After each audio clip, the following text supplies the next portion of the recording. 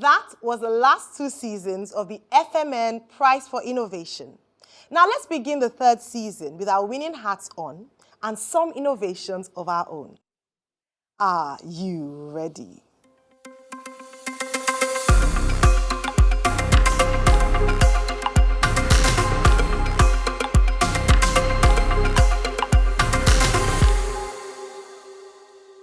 When you think of the word precision, it speaks to accuracy in words or actions, and usually the end goal is to arrive at an expected end. In order to sustainably address food insecurity globally, industry experts, through emerging insight, have thought about ways to use precision agriculture to improve food quality and yield using technology. This has informed this year's theme for the FMN Prize for Innovation, which is Driving Food Self-Sufficiency in Nigeria Using Precision Agriculture. This year, we had more entries across the country than we've had in previous editions of the FMN Prize for Innovation. We had about 1,000 innovation-led entries. Now, the big question is this: can we find, out of the top 5 contestants today, our top 3 who have precise solutions to driving food self-sufficiency in Nigeria using precision agriculture? I am Ayo Mayo Esse, and welcome to the live broadcast of the FMN Prize for Innovation pitch event.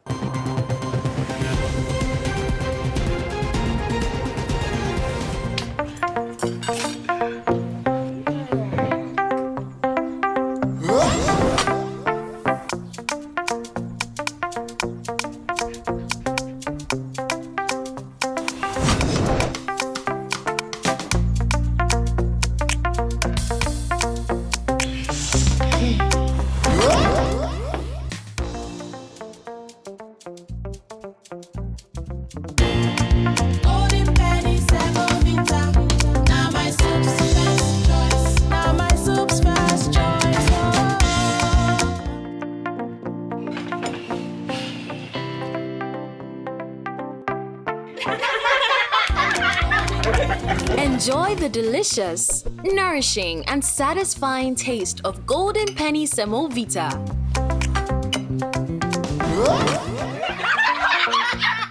My soup's first choice.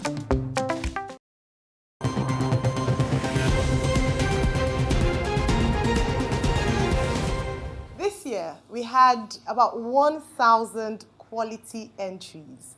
And so you can only imagine the arduous process to selecting the top 5 finalists. Today, we have the privilege and honor of having the top 5 finalists here competing before our very able judges. And in a moment, we're going to get to meet our judges. But before then, let's remind ourselves of what's at stake today. The winner goes home with 5 million naira, whilst 3 million naira and 2 million naira for the first and second runners-up, respectively. FMN is committed to championing food security and self-sufficiency in Nigeria. Now, we're very grateful to our judges who have, over the years, been committed and have served excellently delivering quality editions of the FMN Prize for Innovation. Today, we have one new judge joining us, and in a moment, we get to meet our judges.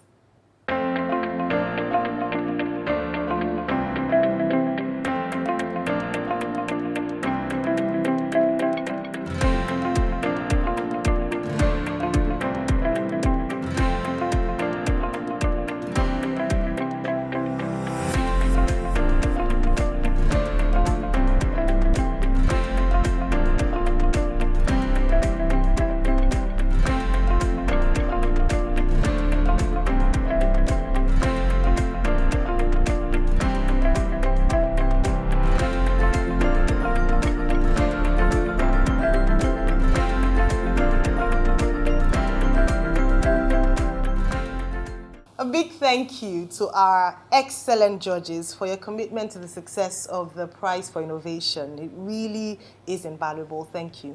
So I'll start by asking just general questions before we bring in our contestants, and I'll start with you, Adenike. You've been excellent through the first, second, and now the third season. What are your expectations for this third season of the FMN Prize for Innovation? Honestly, I'm looking for the next game changer. I believe that at such a time like now, where we're really struggling with things around food security issues across the country, there's no other time than now than to find a third innovator with great ideas to change the space. I think it's one important part of what needs to be done, but it's a whole range of solutions that are required to really strengthen the food ecosystem. And I'm really looking forward to hearing some of the innovative ideas that our entrepreneurs have to see what we can identify that can actually have impact in the ecosystem. I can also see the lasting impact that FMN has had in the season winners of season 1 and season 2, and even in the contestants that did not necessarily walk away with a prize. So I'm really excited to see the contestants, and I know that they're going to get a full range of support. Personally, I think, as you noted, been the rookie on the judges panel here. I'll be looking for fresh ideas and also a follow-through on how things that they will be putting forward would help in the effort to ensure food security for the country. Brilliant. You rightly said it. FMN is big and is a champion for food security and self-sufficiency in Nigeria. It's time for the contestants to put their best foot forward and for us to discover who will be the winner of the third season of FMN Prize for Innovation.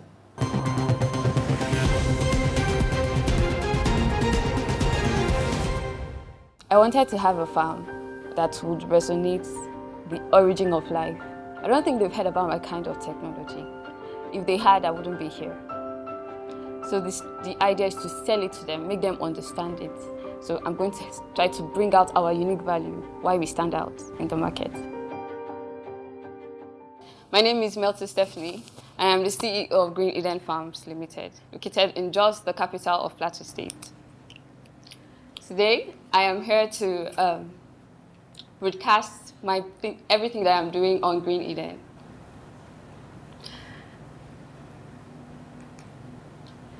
Let's meet Sadia. Sadia is a subsistence farmer in Plateau State. Sadia is currently a victim of the adverse effects of climate change. Last year, Sadia lost her tomato farm and her rice farm to drought and then flooding, respectively. Sadly, she's not alone. According to the World Meteorological Organization, over 100 million Africans are affected by climate change. Now, this is a very large degree of casualties. Now, with the limitations that are experienced, we've been working to develop services and technologies which will enhance Sadia to people like Sadia and myself, smallholder farmers, to be able to scale through procedures that will limit our production. In 2020, I co-founded Green Eden Farms with a mandate. My mandate was to combat the effect of food shortage and to improve crop production using advanced innovative technologies such as artificial intelligence and precision farming. In the same 2020, I imported foreign technologies such as drip irrigation systems, farm sensors, and software. Now, the expenses and cost of this produce limited us, and myself and other farmers were unable to produce this.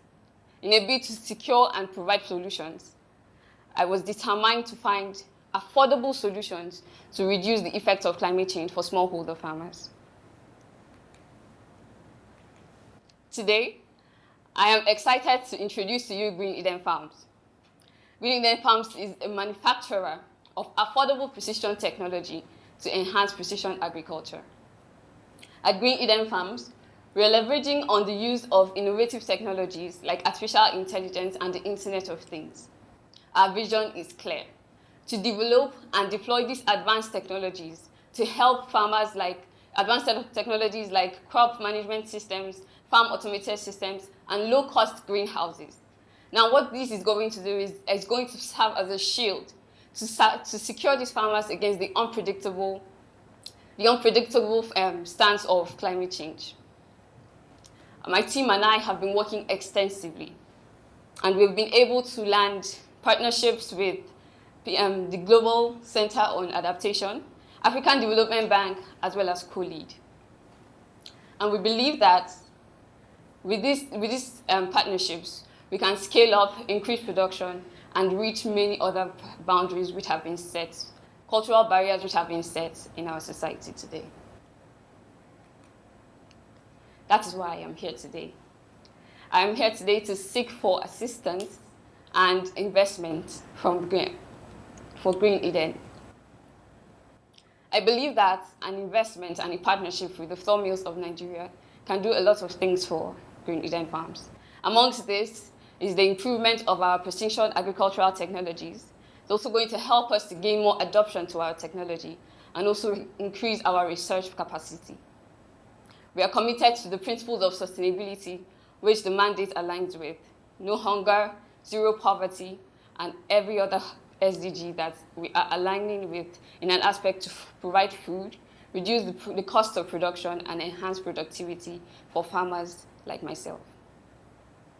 Today, I stand before you to say that we are committed to enhancing sustainability in our immediate environment using our innovation. Thank you. Thank you, Stephanie, and congratulations for making it to the top 5. Thank you. I'll ask the first question. All right. Your target market is subsistence and smallholder farmers, if I'm correct? Yes. So how do you intend to overcome the challenges around access to, in fact, digital literacy knowledge, access to digital tools because of the platforms that will hold your software, challenge of internet infrastructure, because you're very strongly dependent on internet accessibility for your devices, and even the cost of data? Okay. I'll say first that when we developed this app, we had all of these problems, all of these hindrances in mind. So the first thing we tried to curb, the first thing we tried to limit was the availability of technology. So what we did when we were building the apps and the sensors was that we used Arduino LoRaWAN technology, that is for long-range, wide-area network. And what this tech does is that it enables the farmers to be able to use our technology without the internet. That was like the first barrier we had to overcome. Also, we had to bridge the cultural gap, the limits between the rural farmers and the urban farmers, where we had about 68% gap of mobile phones encroachments in these areas. Now, what we did was we made it that our LoRaWAN technology does not need internet, and at the same time, it only needs a GSM, not necessarily an advanced phone. I love this, Stephanie. It's really exciting to see, and well done for making it this far. I would like to know more about the farmers that you're working with. Do farmers already have to have a greenhouse in order to use your technology? Have you found farmers that are building greenhouses so that they can use your technology? How many farmers, or is it just that you have your test farm now in your greenhouse and you're trying to expand it? Just give us an idea of where you're at right now. Okay. Part of our grand plan is that we're providing crop automation systems, we're providing crop monitoring systems, and we're providing low-cost greenhouses. So we're working with farmers who already have their greenhouses. That's when we're doing consultations and all of that. Then we're working with farmers who are putting in strategies to have their greenhouses. They're looking for people to help them build greenhouses.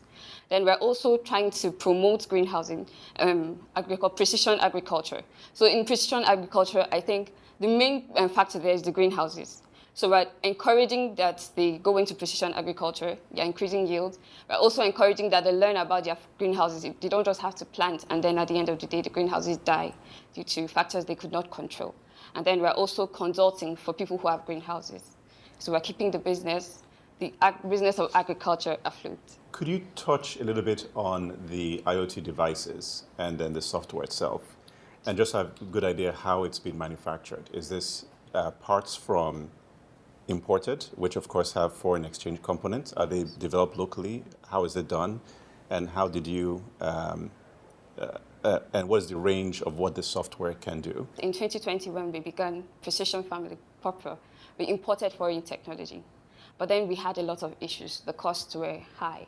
So, and also we had like border control issues and all of those things. We would order parts and then they would take a long time to get here. The money was always already getting out of hand.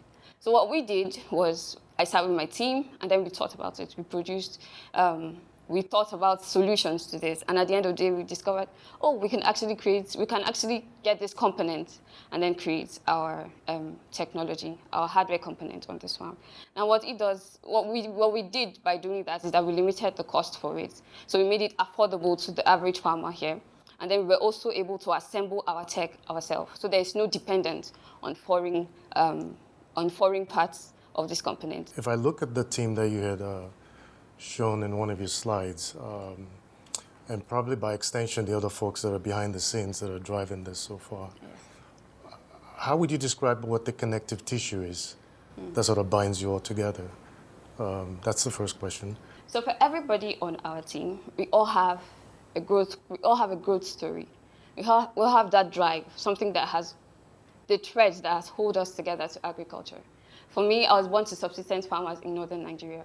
And growing up, I was always having to experience losses at the end of the seasons. We'll go to the farms. We have our parents, our neighbors, who are also farmers, lament about this. There's a common passion and drive to do more for the society, to be able to provide food. And just not provide food, to be able to provide food that is affordable and sustainable. So by detecting crop pests and diseases, we're not just providing food, we're providing healthy food. We're enabling the farmers to grow healthy food. And then all of these has given the team an ability to move in synergy and harmony. So we're thinking alike, since we have a common goal to stop the effects of climate change in our immediate community, one community at a time, one country at a time. Then we are moving with that goal.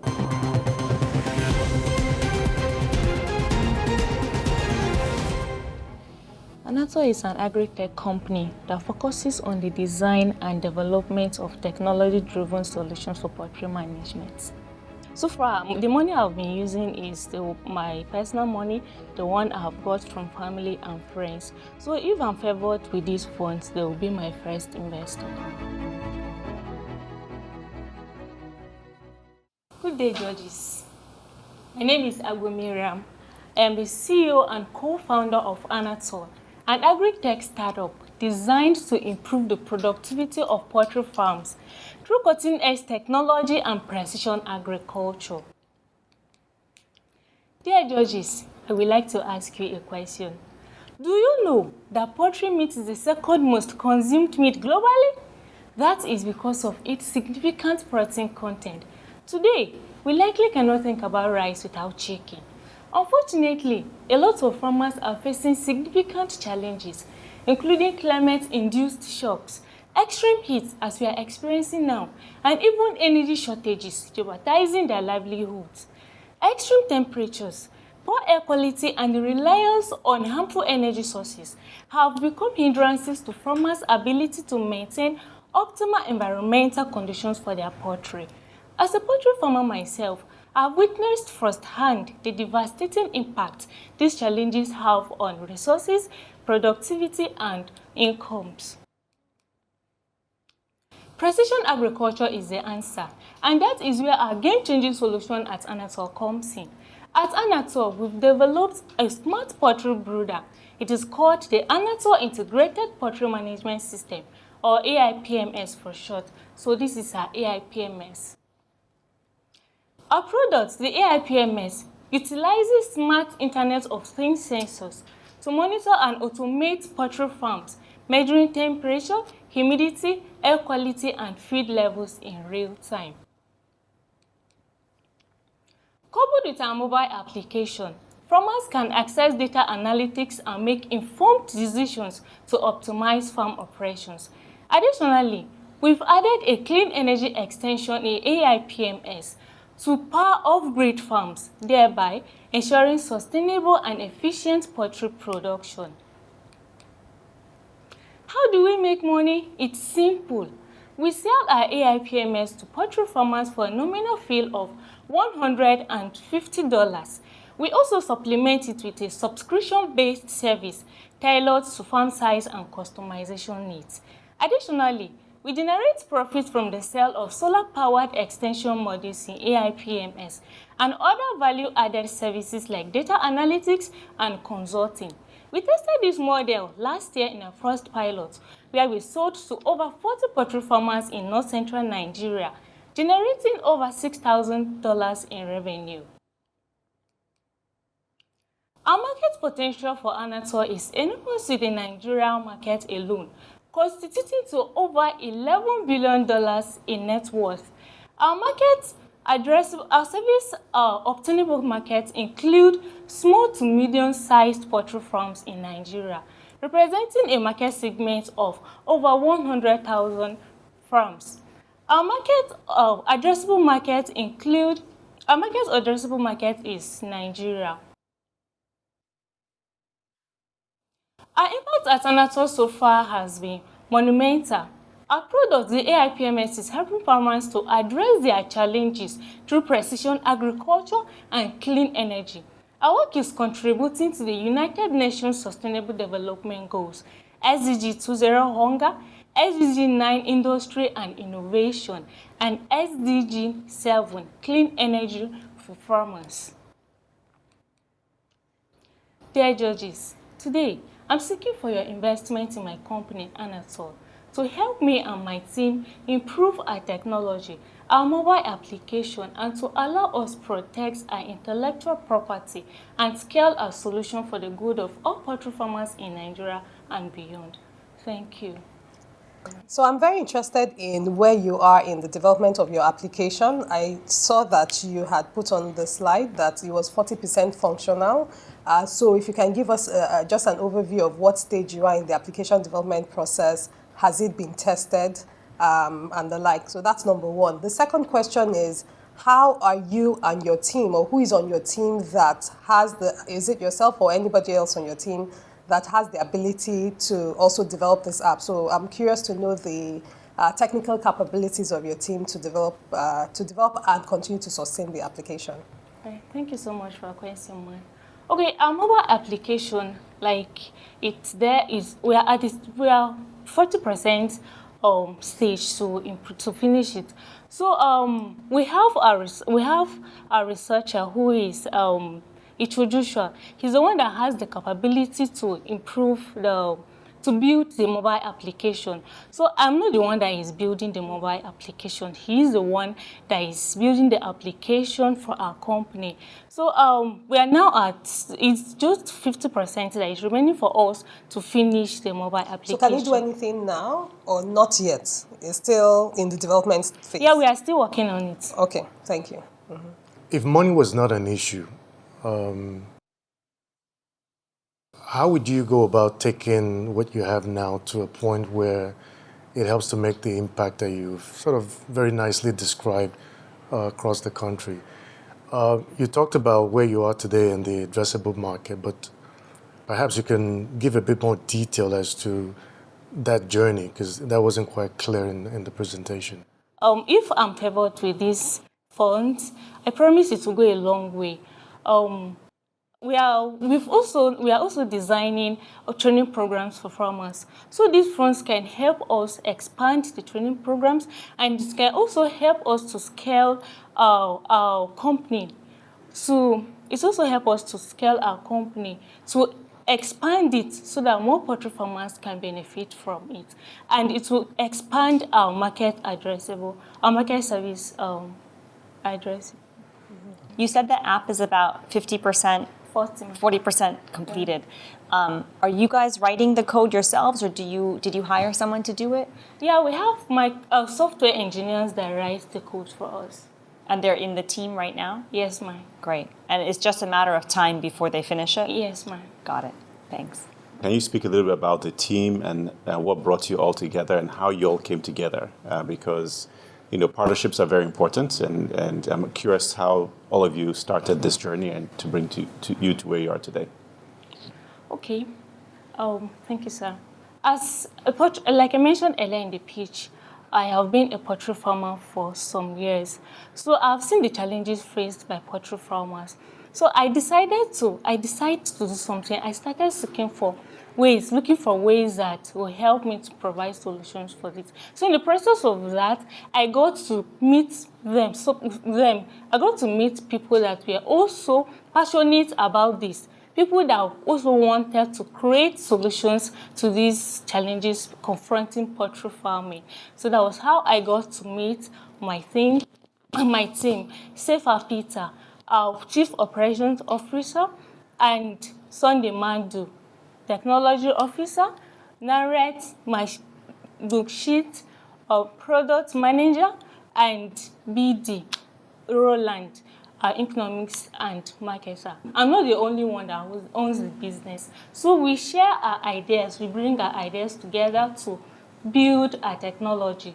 But I hold like 70 to 80% of the business. So the 30% is shared among our team that come together with their ideas to continue to improve the business. Okay, thank you. Thank you very much, Miriam. It was great to meet you, and we wish you all the best. Thank you, ma'am.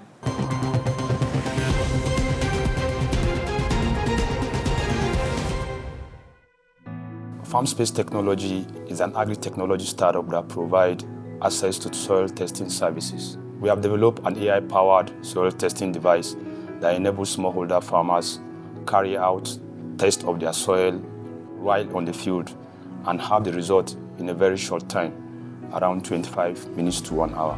Winning the competition is a goal. It will actually help us go far in terms of publicity. Hi, good morning.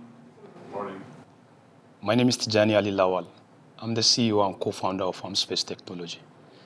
We are an agri-technology startup that provides soil testing as a services to smallholder farmers. We enable them test their soil and provide data-driven information for them to grow more food sustainably from the analysis of their soil data. Healthy soils is an essential component of producing healthy food. However, in Nigeria,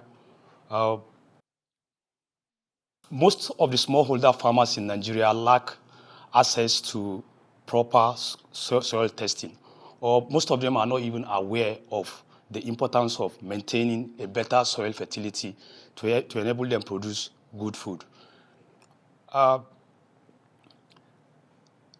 Most of the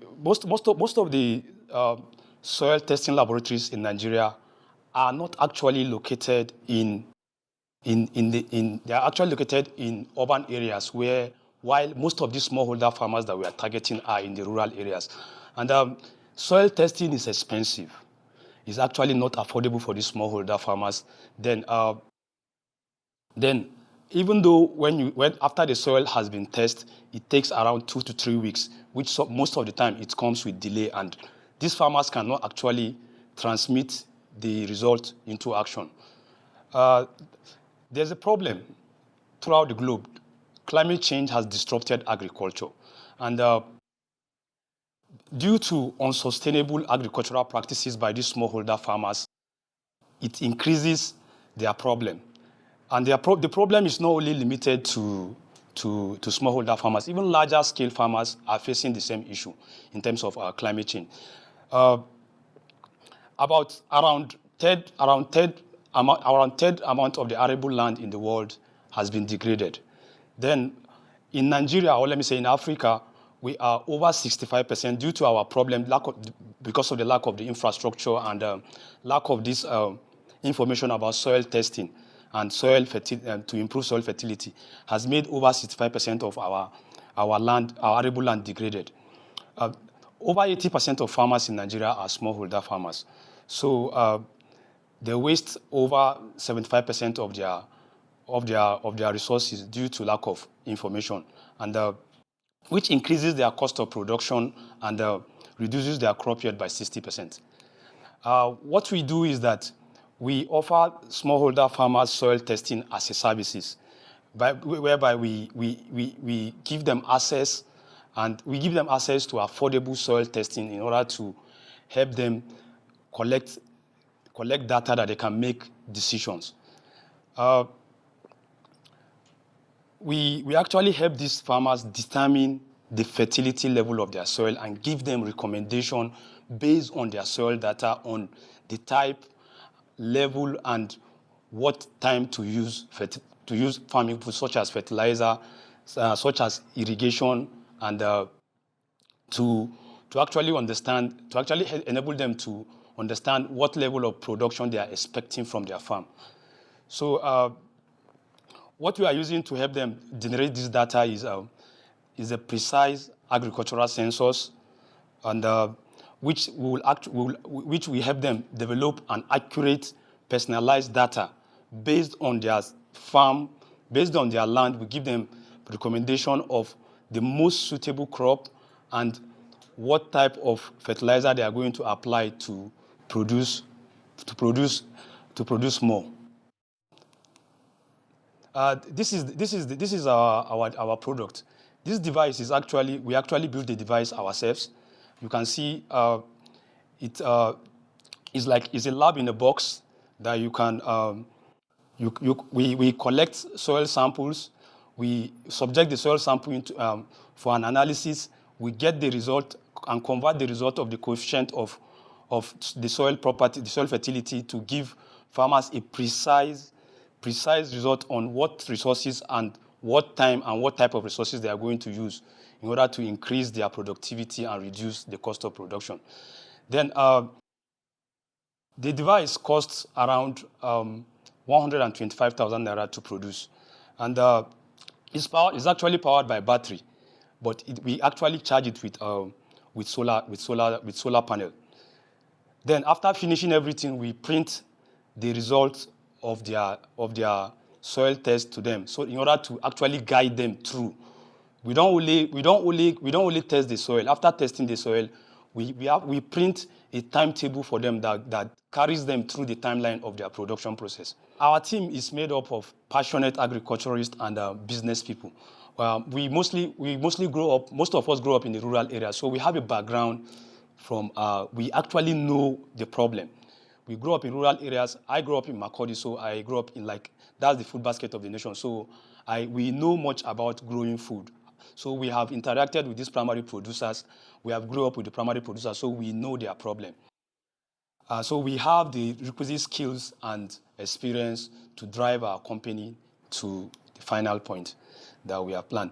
So this is our contact page. And I want to say soil testing is an important feature if we want to actually transform the food sector in Nigeria from the point it is and to the point that we want it to be. And it's only through precision agriculture that we can actually produce enough food for us to eat. I want to tell us that you can join us in this journey to actually ensure that we're able to produce safe and healthy and sustainable food for all in Nigeria. Thank you. Okay. Thank you very much to David, and congratulations again for working in final debate. Thank you. So I'm curious to understand your product a bit more in terms of how do you develop it? Is this something you fabricate? In terms of the machine, some of the parts we fabricated it ourselves here, but some of the parts of the machines, like the sensors and the board with the LED screen, we imported it. But we actually coupled the machine here because most of these machines that come from that's one of the problems that most of these soil testing devices are having. When you bring them, some of them are not compatible with our systems. So you have to do some little adjustment to ensure that you are able to get what you actually want. How do you build and scale this business in a way that makes economic sense and also provides this needed service for the farmers? First and foremost, we are a small business now. We have 7 units of our product, which we are able to do it ourselves. But we now think as if adding more systems, like if we have let's say adding the 10 systems and we have 17 systems, we are going to go into partnership like a franchise model with some of the key partners like agronomists and agro dealers and the extension workers that we actually want to partner with. On average, how long does it take to make any one of those devices, and what does that translate to in terms of the ability to meet that projection that you just confirmed? The device, we can actually fabricate the device in 7 days. Then the components that we need from abroad, we can actually place order and get it in 2 weeks. So what we actually do is, if we want to fabricate the device, we start everything at the same time. We'll be fabricating while making orders of the next component. So when the farmer tested their soil, you went to their field, they tested it. What did they actually do differently that then, the information allowed them to do? Most of the farmers that we met that are smallholder farmers, they actually use guesswork. They just farm buy fertilizer, buy crop. They don't check anything on their soil. They just use it maybe from, some of them have learnt it from their parents, and most of them have heard from some other people that I'm using this type of fertilizer. So my crops are blossom, so let me use it, without knowing that there is a difference between the soil structure. So first and foremost, it was very difficult for us to actually approach them because they are skeptic about why are you bringing device today for us to tell us that it will increase. So what we actually did was that we actually started with the lands that have been left bare. That's the lands that are unproductive. So the farmers have aligned that they are not going to farm in that land. So after testing that land, we find out that the land have enough nutrient, but the pH of the soil is very high. And pH is the value that actually allows plant to actually sync with the nutrient.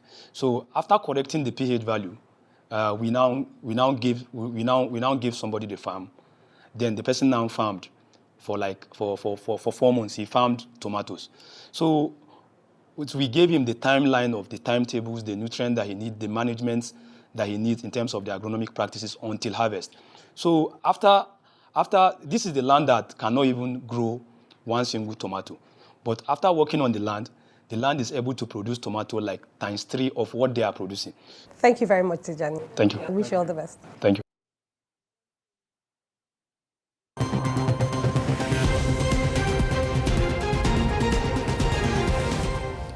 Good afternoon. My name is Chukwuma Daniel, and I'm the head farmer of Orisha Farms, Nigeria. So I've always had a passion for growing things. When I was a little kid, let's say 8, 9, I grew beans in my backyard. So that spoiled me. I love seeing little things thrive from seed, and then they grow, they mature, they become fruitful, we can use it. So I've always had that drive as a kid for growing stuff. So we are always on the lookout at our group for opportunities.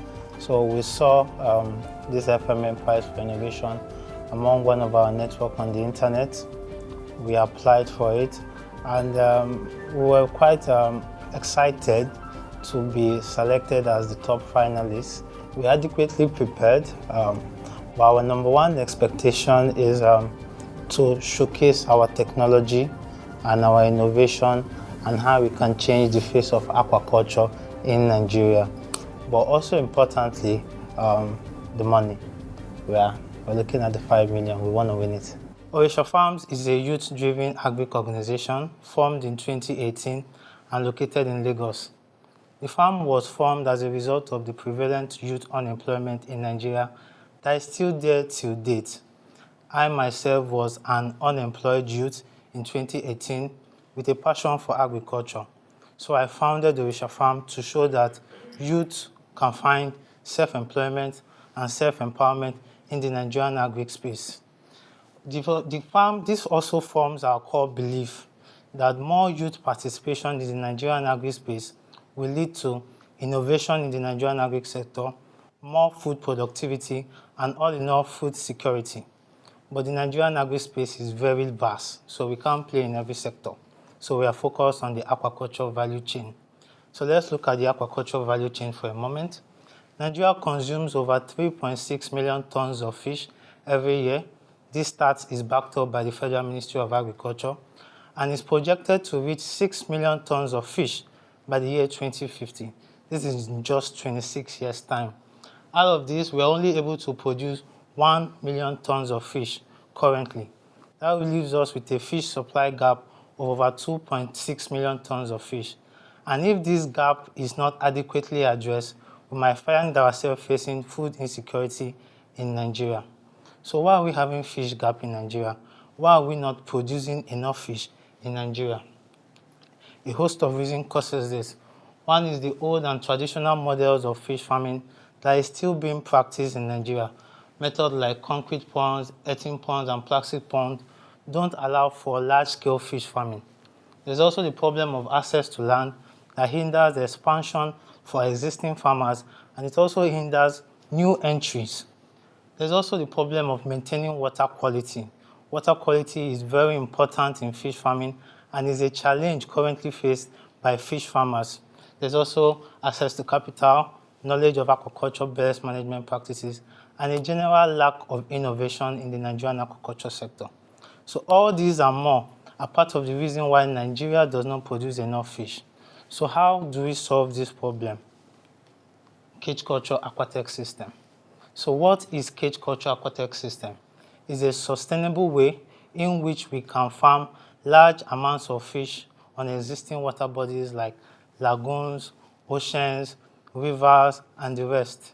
With cage culture, fishes are farmed in large mass in available water bodies.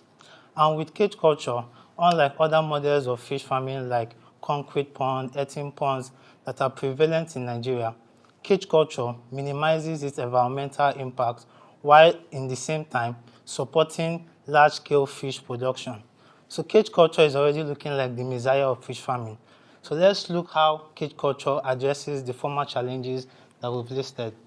It will lead to increased fish production in Nigeria due to the reason that cage culture supports large-scale fish farming.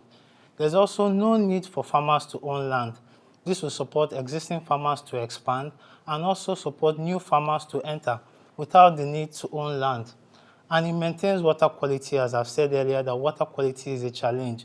But with using cage culture, farming on available water bodies, there is no need to change the water. So water quality is assured throughout the production cycle.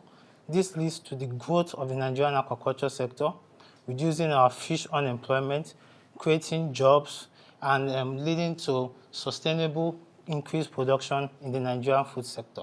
So in conclusion, cage culture has the potential to to play an important role in our food system, especially in reducing the high amount of fish that we import.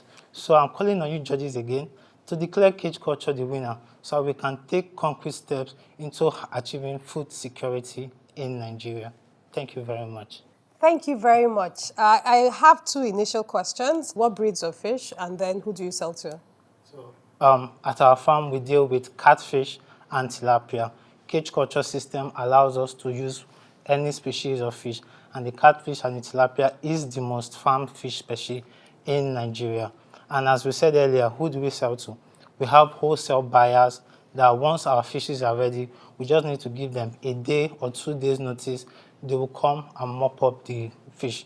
We also have retailers, as I've said, market women that come to the farm, buy this fish, and distribute it in local markets. When you think about scale, for you, is it scaling your specific business, or is it about scaling the technology and selling the technology to other farms? Between those two, where do you think what drives profitability for you? We are incredibly profit-driven, so we want to produce more fish with cage culture. But with the amount of fish that is lacking in Nigeria, no one company can supply that.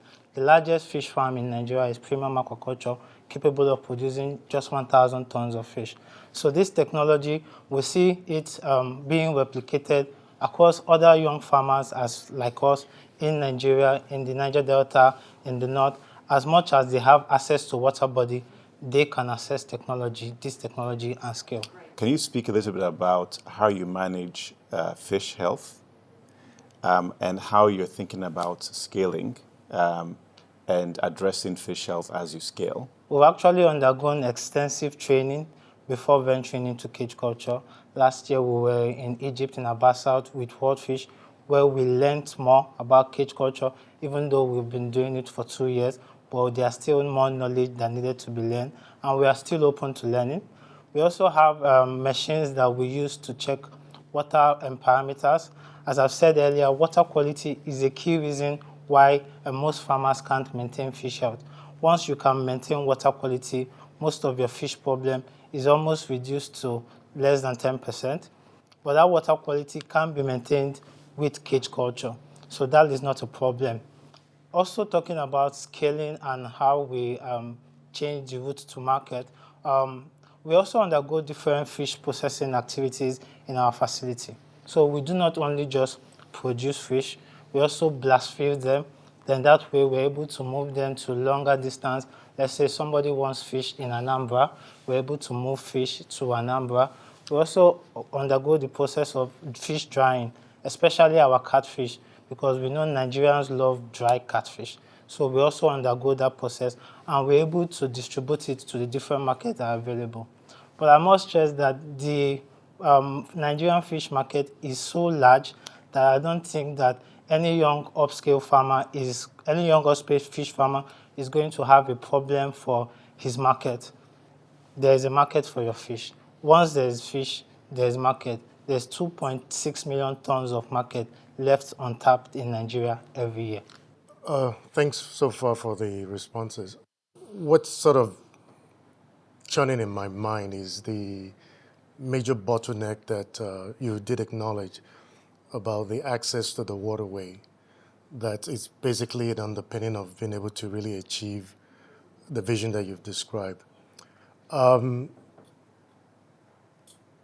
do you, I think you kind of talked about it's a policy issue, but how do you feel in a practical way that can be addressed? So in a practical way, I believe that the government of Nigeria should make water accessible to those that want to use it for farming. Just the same way that they don't charge people to use land for farming, the same way they shouldn't charge a fish farmer to use the waterways for farming. I must commend the Lagos State government because they've made access to the waterways accessible to those that want to venture into fish farming. Over the last 2 years, we've had that relationship with Lagos, and we've been able to use the waterways. And as much as we want to expand in Lagos, we can. The problem will be moving past Lagos to other states that we do not know how to navigate the bureaucracy. But if there's a federal decree saying that all waterways in Nigeria should be accessible for farmers for fish farming, and this will increase our local production, I think that's a more practical way. Thank you. Thank you very much. Thank you. I'm wishing you all the best. Thank you so much. Thank you. Bye. Bye.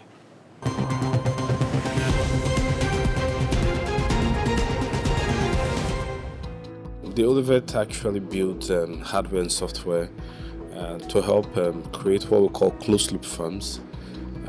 We believe that farms don't need electricity from the grid. They don't need to waste money on chemical fertilizer as well as animal feed. That they can use whatever organic waste they produce to actually generate this. My biggest strategy is just, talking about what we do. It's our biggest passion. So we are so obsessed with innovation. We are also obsessed about, selling our innovation. So I believe I'll go there. I'll just sell what we do.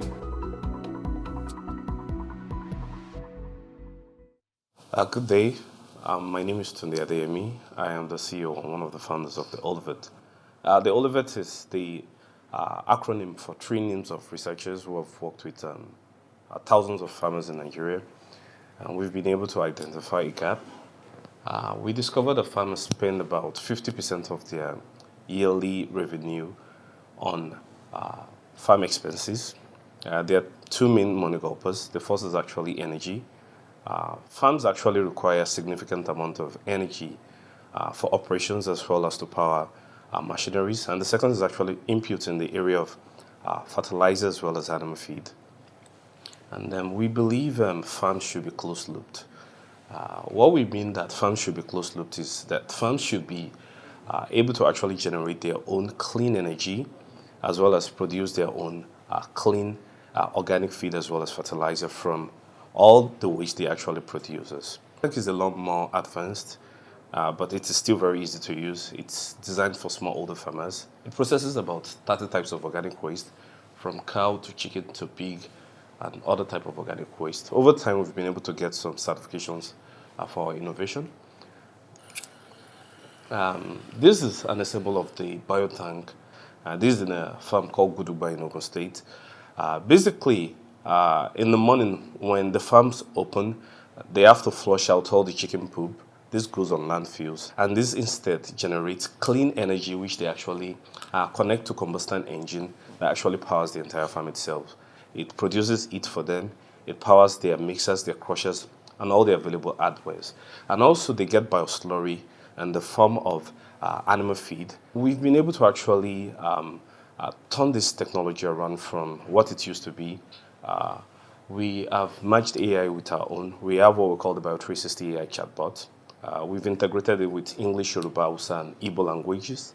Basically, all it does is if you have like, let's say 50 kg of organic waste, it can give you up to like 20 different kinds of options on what you can do with it. Okay, you need fertilizer with it. It guides you how to go through this, looking at weather options and other factors. And then our innovation is also prefabricated, meaning you can assemble it within 5 to 10 minutes. You can also disassemble it and move it from point A to point B. And then we are also doing research on what we call valorization, meaning if you want to actually produce organic fertilizer that is as efficient as the chemical fertilizer, it is very possible. It's just using some of our bioenzymes. We've been able to get patents for 3 of them. And then we have a very large market in Nigeria. We have about 60 million people that use this fossil fuel on a daily basis in rural as well as urban areas. We have about 30 million farmers that use this chemical fertilizer. We are targeting 5% of this market. We deploy the buy now, pay later model as well as pay as you go, meaning a customer can actually pay us. They can pay us about 1,000 naira on daily basis until they are done with their payments. We make our revenue from 4 sources: hardware sales, service and training, hardware support, and third-party accessories. We have competition. They are all foreign. Avenam is from India, Amoco is from China, B-Biogas is from Berlin, and Sistema Bio is from Mexico. We don't know why they are all obsessed about cow poop. We realize that, what about communities that don't have cows? Like in southern Nigeria, we are more focused on chickens and pork. What happened to their own droppings? What about fiber waste? So basically, this is what we are doing. We are actually looking at the areas they neglect, and we are actually making sure this organic waste can actually become economical for. We are also about to launch what we call the biotank version 2.0. It's going to be a 100,000 liter single system built solely from rubbers and recycled materials. We also want to launch what we call the Bio360 chatbot. Presently, we've gotten the full go-ahead from Riken BRC. It is the largest bioresources research center in the world. It's based in Japan. So we are going to integrate most of their data to our AI chatbot. And then we also want to change our name from the Oliver to BOTA, which stands for Bioorganic Technologies Africa. These are the team members. I presently started my PhD. We are all researchers, like I said, so our strength is in applied research and working with a lot of farmers, understanding their pain points and trying to solve their problem. Thank you very much. Thank you, Tunde. Congratulations on making it to the last 5 of the innovation pitch competition. In terms of your business model and sales traction, can you give us a sense of what proportion of your revenue have come from the product that they are pitching now? Because you showed us, the sales, hardware sales, support, accessories, and the like. So I wasn't sure if it was just this or the other parts of your business. Presently, we made about more than 70% of our sales from hardware support. The others come from training. Presently, our agreement with Integra is worth about $250,000. It's just for training. So it has nothing to do with our hardware. So we can actually get our hardware anywhere. So it's not necessarily we import it or we transport it to far distances. So most of our revenue comes from hardware sales. And then when it comes to our IP, we filed for an IP. So presently we're in talk with a lawyer in Nigeria as well as in Benin Republic to make sure we protect our bioenzymes. Our hardware can easily be imitated by anybody. The uniqueness is actually what accelerates the organic waste and breaks it down within 3 to 5 days. And you can actually generate quality natural gas as well as bioslurry from it. So that is what we are presently protecting. So I want to understand this at a unit level. This guy that's holding one bag, how many chickens or how much chicken poop do you need? Can you just walk us through actually like how it works? Okay, this is a chicken farm with a poultry with about 2,000 chickens. And then from our own little data, we discovered that they generate about close to 100 kg of poop on I think daily basis. So it goes here. So somebody shovels it and puts it inside the bag every day. The bag this boy is holding, this is actually the bag here. The bag. He came to buy gas from the poultry. Oh. So the poultry has gone beyond just powering their own farm. They are selling biogas as well. as to the communities around them. So they are using it in their own farm or their home to power actually, generator. exactly, to power generator, to generate And that electricity. bag, once it gets filled with it's like an aerobic reaction or something? This is just about 3 cubic meters, so it can actually function for as long as 6 hours. So if it's very, very filled up, so it can function for up to 6 hours. Okay. And it can also be used for cooking at home, so it works just like a normal LPG gas. Got it. Thank you. You have the waste from the poultry, Yes. and it generates the gas. Yes. What is that ratio of poop, that poultry waste that's there, to the gas that's being generated? And what is that cycle coming in? And is there a point where that waste is no longer usable and you have to discard it, or it's always there in perpetuity that is usable? Now, a lot of this waste as well, for many poultry farmers, they'll dry it and then sell it. Yeah. So is that still a revenue model for them, or they can no longer sell it at any point in time because they're now using it for this purpose? The unique thing our technology does is it has what we call a breeding system.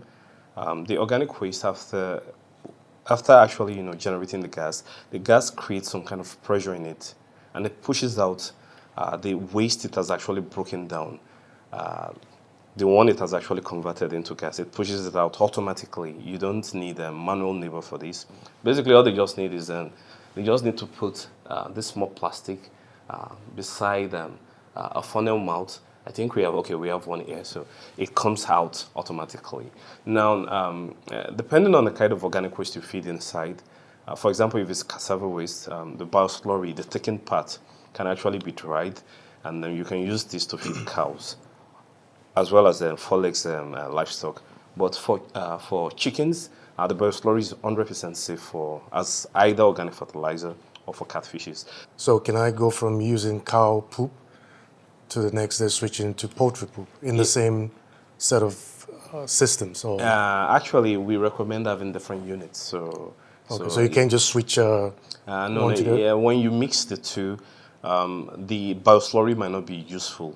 So if you put maybe, let's say, pig poop and cow poop together, if the slurry comes out, it might not be 100% safe for livestock. So you have to put them separately.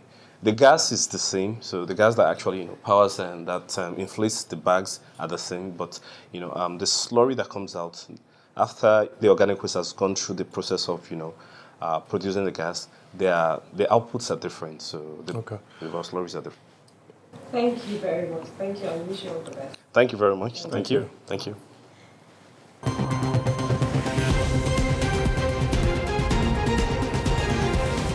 In my house, we may look alike, but we are very different individuals. Everybody believes their way is best. That's why Golden Penny Pasta is our favorite meal. Golden Penny Pasta, made with durum wheat, is tasty, a source of protein and fiber, and non-sticky. So you can cook, serve, and eat your pasta just the way you like it. With Golden Penny Pasta, your way is best.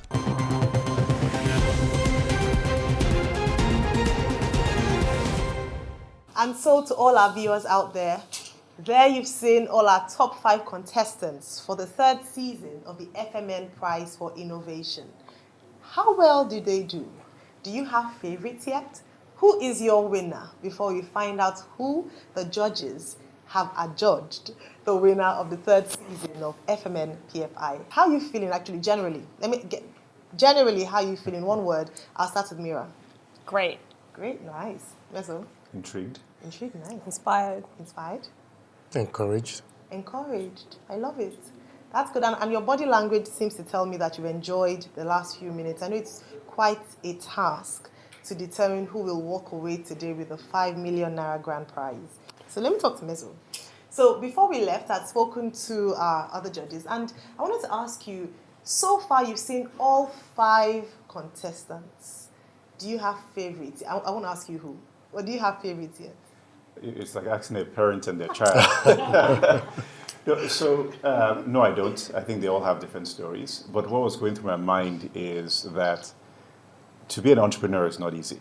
Coming from idea and concept and to build a business. And you have to also be a little bit crazy as well, because you have no idea where the journey is going to go. So as I've seen each of these entrepreneurs come forward with their ideas, I can see looking forward, the journey is not going to be easy, but I've also seen the passion they've had around the ideas and how they want to implement the ideas. And for me, that's exciting, seeing that passion, that energy.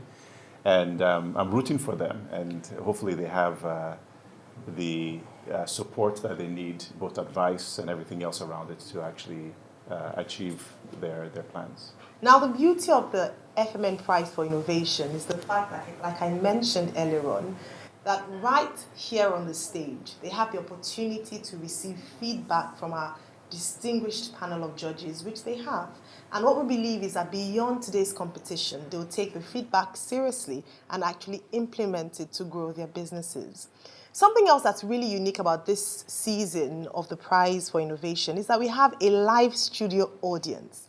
So very shortly, and in the course of today's competition, they get to see firsthand potential change makers in Nigeria who would use their solutions to drive food self-sufficiency using precision agriculture. So we're going to leave you now for a few minutes to deliberate and come back to us with who will walk away with a grand prize of 5 million naira, and beyond that, have bragging rights of being the winner of the 3rd season of the FMN Prize for Innovation. We'll be back shortly.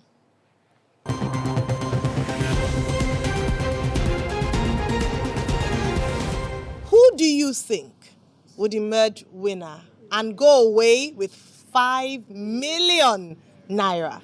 Who do you think? Tijani. Orisha Farm. We're having such a great time as live audience here in the studio. So exciting. But before I go, they've all said who they think their winners are. Who do you think is going to walk away with a grand prize of 5 million naira and emerge as the winner of the 3rd season of the FMN Prize for Innovation?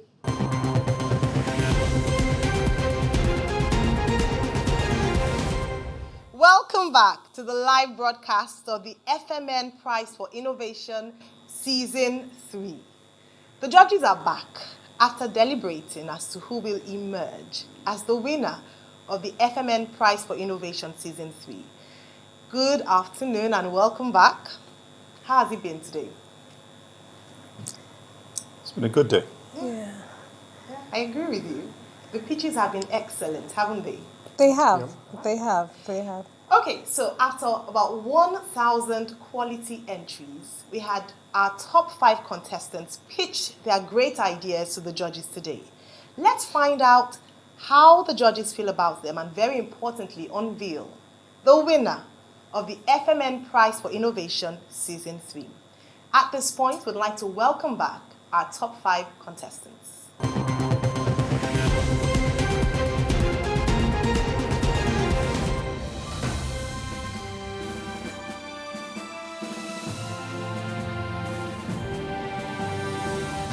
Welcome back to our top 5 contestants, and I dare say at this point that each of them are already winners, as they have emerged top 5 out of about 1,000 entries across Nigeria. And I'm sure that as you've heard the quality of their pitches, you would agree that they do deserve their spot in the spotlights today. Now, before we go on to announce who our winners are, I'd like to ask the judges to give feedback to our top 5 contestants. And so I'll be starting with Mira. Great. My feedback is for Stephanie from Green Eden Farms. Really well done on the presentation and on showing the passion. One piece of feedback I would give for you for next time is to try to think through a way to articulate the benefit to your customer.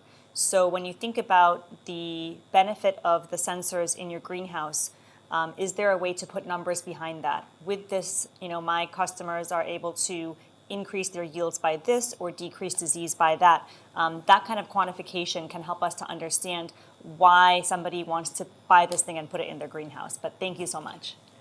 Thank you so much, Mira. That was excellent feedback. Meswell? My feedback is for Tijani Lawal. And your idea is really focusing on an area where there's a real need. We really need to figure out how to boost crop yields. And I think some of what you're working on really addresses that. The feedback is around the thinking through the business case of how do you actually scale this? How do you actually price these services accordingly to make sure that you can actually cover the different costs that you have? But is there a need here? Yes. Do farmers need support? Yes. And the question is then how do you provide this to them in a way that makes economic sense for you as well? Spot on. Thank you. Adenike? My feedback is for Marian Agbo of Anatso Limited.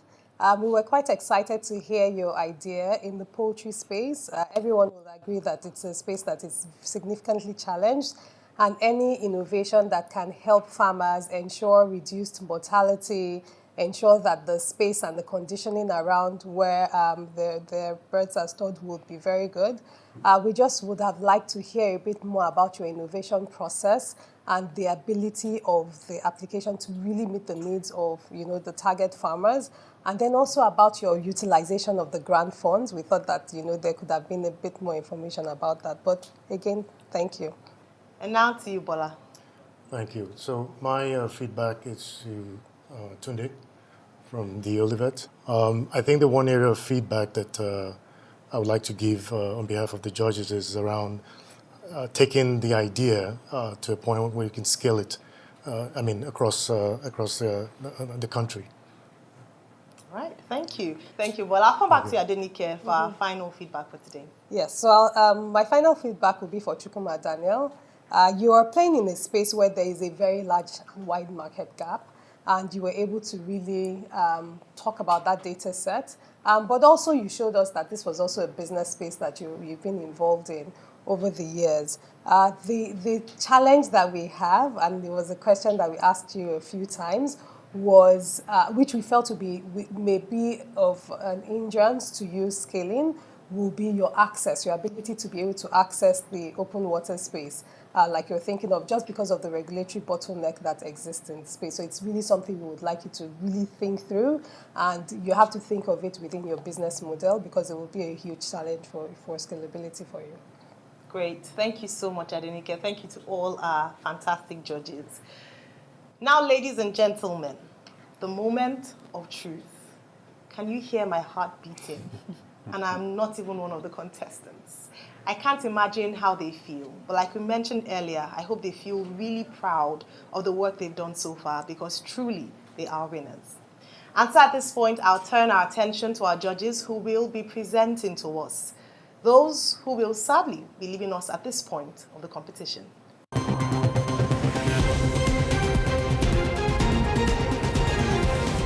I've seen through the lens of the judges and also from the contestants' point of view, and I've been able to understand certain things, the do's and don'ts of, pitch.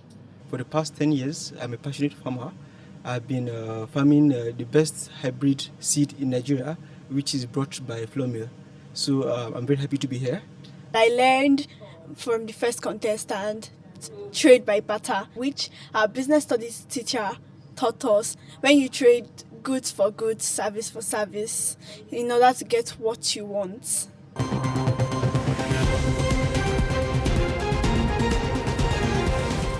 Thank you. So before I mention the names, I want to congratulate each and every one of you. It's not easy to, in a short period of time, pitch your ideas to a panel of judges.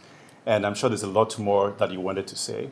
I think there were different aspects of what each one of you were doing that we're very excited about, but unfortunately only 3 people can move on to the next round. But I think this has been a good learning experience for each and every one of you as well. So I'm going to read the names of the 2 individuals who will not be proceeding to the next stage.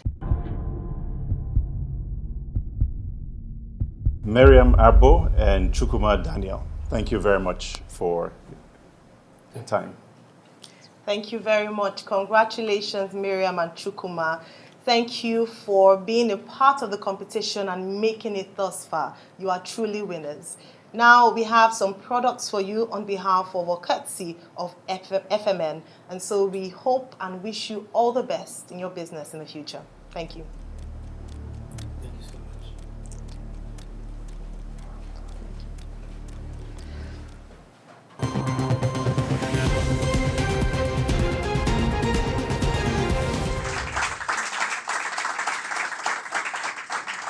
Ladies and gentlemen, we now have our top three. Just before we announce whom the second and first runners-up are, and ultimately our winner, allow me to remind us of what's at stake.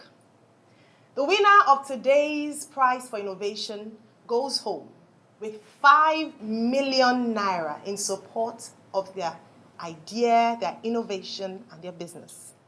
The first runner-up goes home with 3 million naira, while the second runner-up goes home with 2 million naira. FMN is passionate about championing food self-sufficiency and food security in Nigeria and the continent of Africa. And so at this point, for our friends, family members, viewers at home, it's the moment that we have been waiting for. Who will emerge winner of the third season of the FMN Prize for Innovation? At this point, I'll turn to you, Bola, to announce to us who the second runner-up is, going away with 2 million naira.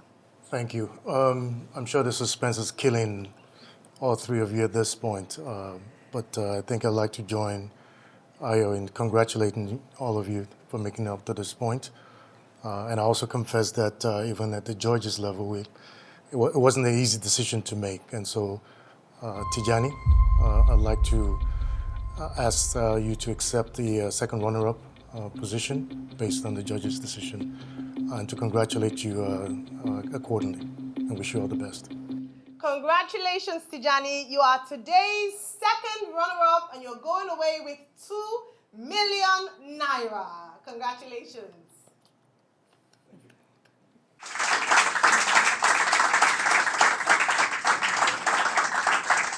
Tijani will be leaving us at this point of the competition. Well done, Tijani. Well done. Whew. It's now time to reveal our winner for today. Ladies and gentlemen, the winner of the FMN Prize for Innovation Season 3 is... We'll be back after this break.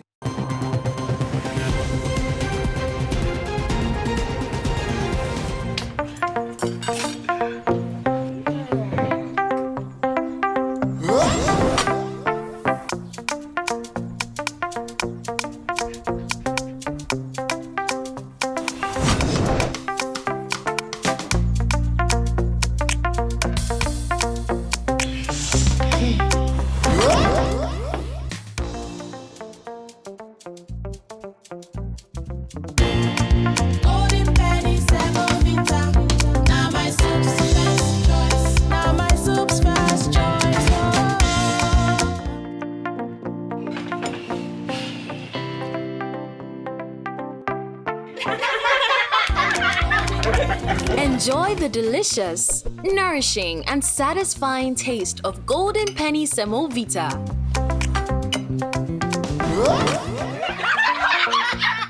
My soup's first choice.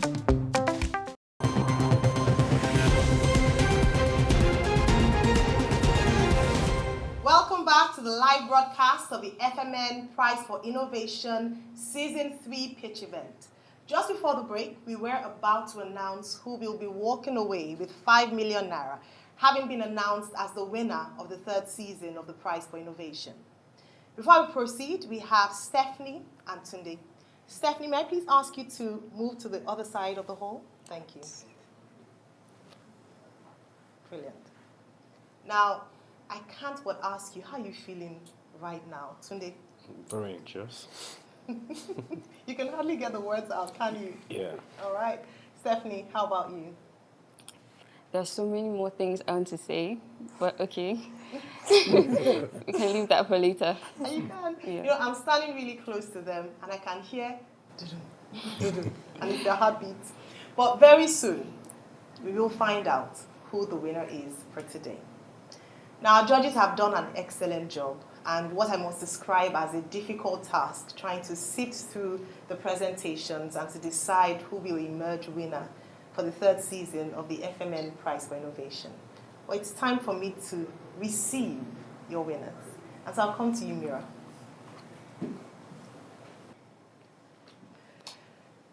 Before I announce the winner, Earlier, you'd seen that our live studio audience had said whom they thought would win. Let's see if their predictions are correct. And so, ladies and gentlemen, are you ready? The winner of this year's edition, the third season of the FMN Prize for Innovation is the Olivet Tunde Adeyemi.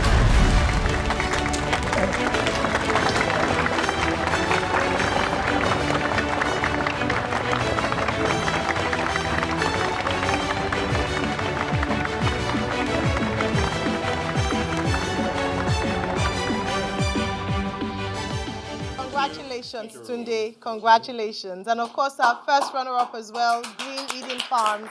Congratulations. Congratulations, Tunde. Tunde, how do you feel being pronounced winner today? I never even believed I could make it here today. So, I had a lot of challenges on the way, and I didn't even sleep. I wore this clothes since yesterday. I wanted to be here. I'm very elated, very grateful, very thankful. Thank you so much, the judges, for this amazing opportunity. Thank you, everyone. Thank you. Brilliant. Any words for FMN? FMN, this is a big and audacious and wonderful platform.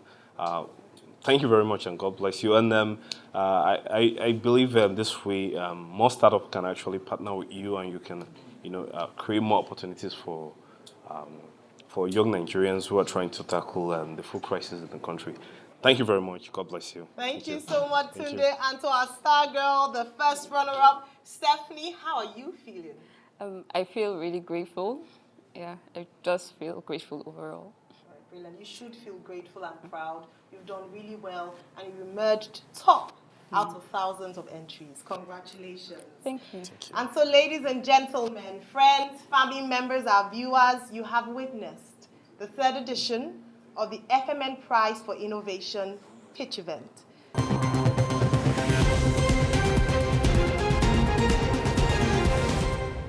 Ladies and gentlemen, 3 million naira for Green Eden Farms Limited. And second runner-up, Farm Space Technology, 2 million naira. Congratulations. And now, the champion for this season of the FMN Prize for Innovation with 5 million naira, the Olivet.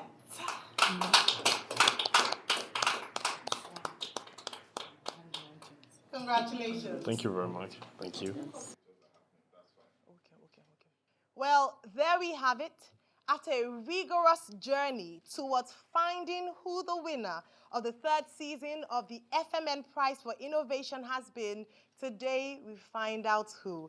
And we say big congratulations to all the contestants, all the pitchers, and their family members who are supporting and cheering them on. And of course, to our fantastic judges who have done an excellent work today. Thank you all for being a part of this season. And we look forward to seeing you next year for the fourth season of the FMN Prize for Innovation. It has been my utmost delight and pleasure hosting today. I'm Ayo Myro Esse. See you next year.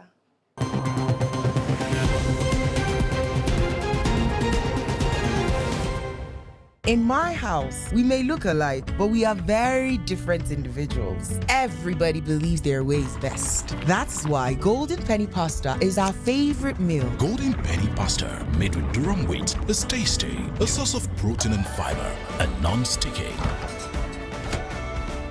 So you can cook, serve, and eat your pasta just the way you like it. With Golden Penny Pasta, your way is best.